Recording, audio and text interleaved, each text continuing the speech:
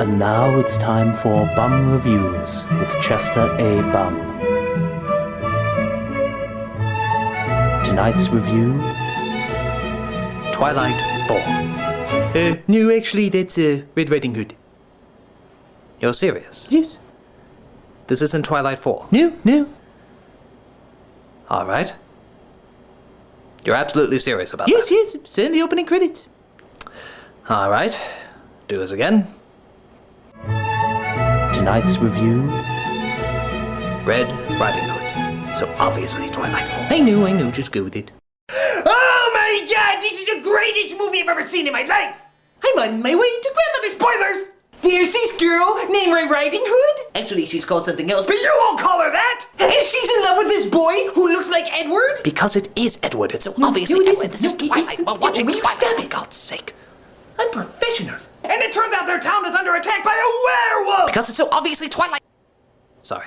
So a bunch of guys get together to take out the big bad wolf, but it turns out they killed a small, slightly ill-tempered wolf. Hooray! But then Gary Oldman comes in as the professional werewolf hunter. I am Gary Oldman. I took this role because it allows me to do a silly accent. Didn't you read the script? I don't have to. Silly accent, I'm on board. Weird. Yeah. So all the people are like, we don't need you, we already killed the big bad wolf. And Oldman is like, That's not a werewolf, I should know! Why? Because I was a vampire! Wait, this is a lot like Twilight. I told you. shut up. So everybody in the movie is like, who could the big bad wolf be? And the movie's like, maybe it's the grandmother. So obviously it's not the grandmother. And then the movie's like, maybe it's the boyfriend. So obviously it's not the boyfriend. And then the movie's like, It could be anybody except the one person we haven't said it could be yet. that's a werewolf. Oh, pooh, how'd you guess? But it turns out Red Riding Hood can understand the werewolf. And he's like, come with me so I can take you far away. But what would we do?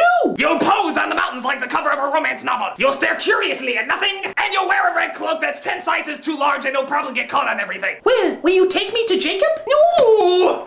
What do you think you're watching? This isn't Lost! So Red Riding Hood turns down his offer because he's a freaking wolf. And everybody thinks that she's a witch because she can understand the wolf. Which is kinda true. I mean, all the boys she falls in love with have hair gel years before it was invented. Gotta be something supernatural about that. So, to lure the wolf out, they chain her to a chair and put this giant wolf mask on her. And everybody's like, Why is she wearing the wolf mask? It's symbolic that there is a beast in all of us, even in the most beautiful of creatures. And it'll look cool in the trailer. cool in the trailer. so the wolf comes, but they get her behind a church? Because the wolf can't Enter on church grounds. It's like the movie Sleepy Hollow, only this one's not intentionally funny. I think. But the wolf bites Gary Oldman and thus they have to kill him. Before you die, tell me what your accent was.